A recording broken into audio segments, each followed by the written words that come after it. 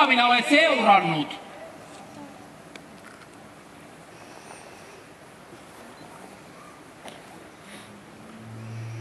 Kenestä sinä nyt puhut? Et kai minusta? Juudas. Veli. Ei minä niin sanonut.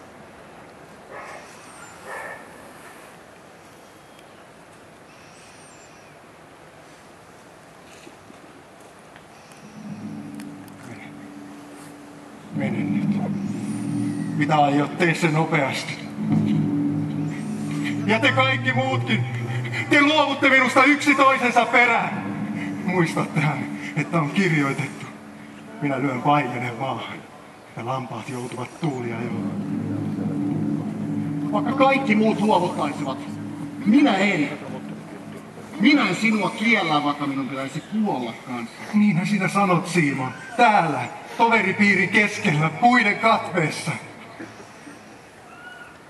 Me olemme seuranneet sinua kyliin ja kaupunkeihin ja autiomaihin.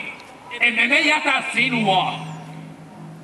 Olemme nähneet, miten sinä parannat pelkällä katsellasi. Olemme kuulleet opetustasi.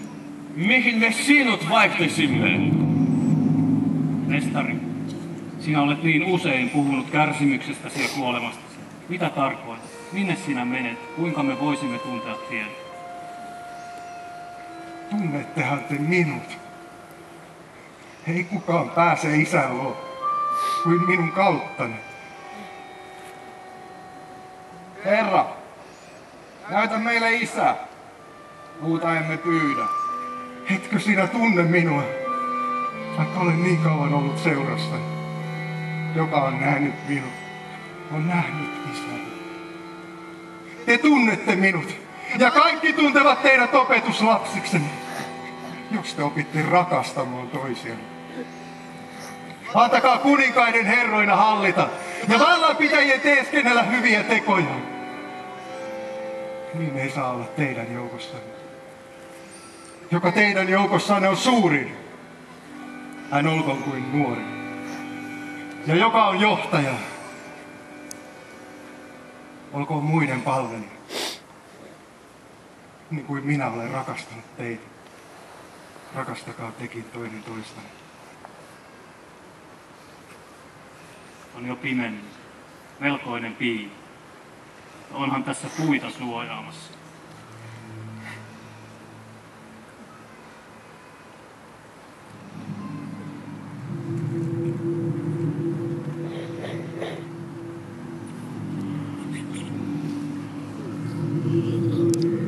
Valvokaa, ystäväni.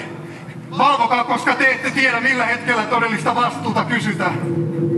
Yön pimeässä vai aamun jo valjetessa. Valvokaa edes te kanssani. Minä olen tuskan vallassa. Ajatukset kovenevat metalliksi ja hiki virtaa veren tavoin. Minä olen kuolema tuskan vallassa.